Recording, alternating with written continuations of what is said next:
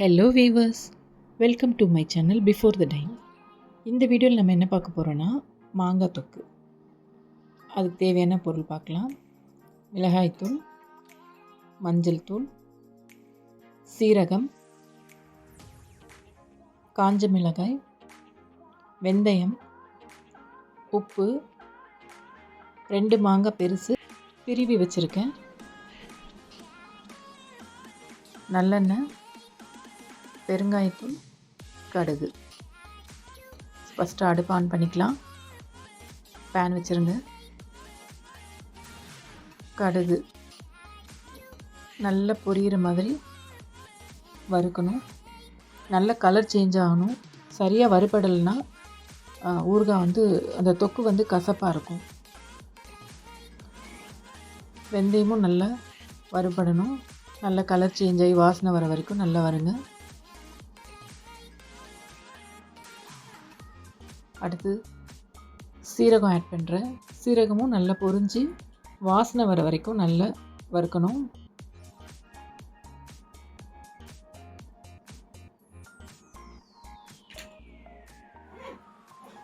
அடுத்து காஞ்ச மிளகா.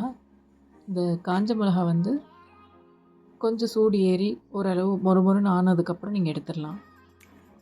ரொம்ப கரியணும் இல்லை கலர் சேஞ்ச் ஆகணும் அப்படிலாம் இல்லை. இப்போ நம்ம வறுத்தோம் இல்லையா, இது எல்லாமே மிக்சியில் போட்டு பொடி பண்ணி வச்சுருக்கோம். அந்த பொடியை அந்த துருவின மாங்காயில் ஆட் பண்ணுறேன்.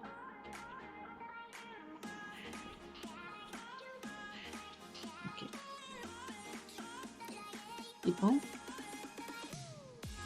சில்லி பவுடர் ஆட் பண்ணுறேன். சில்லி பவுடர் காரம் உங்கள் தேவைக்கு தகுந்த மாதிரி போட்டுக்கோங்க. எனக்கு இவ்வளோ காரம் போட்டால் நல்லாயிருக்கும், ஸோ அதனால் நான் போட்டிருக்கேன். டர்மரிக் பவுடர் ஆட் பண்ணுறேன்.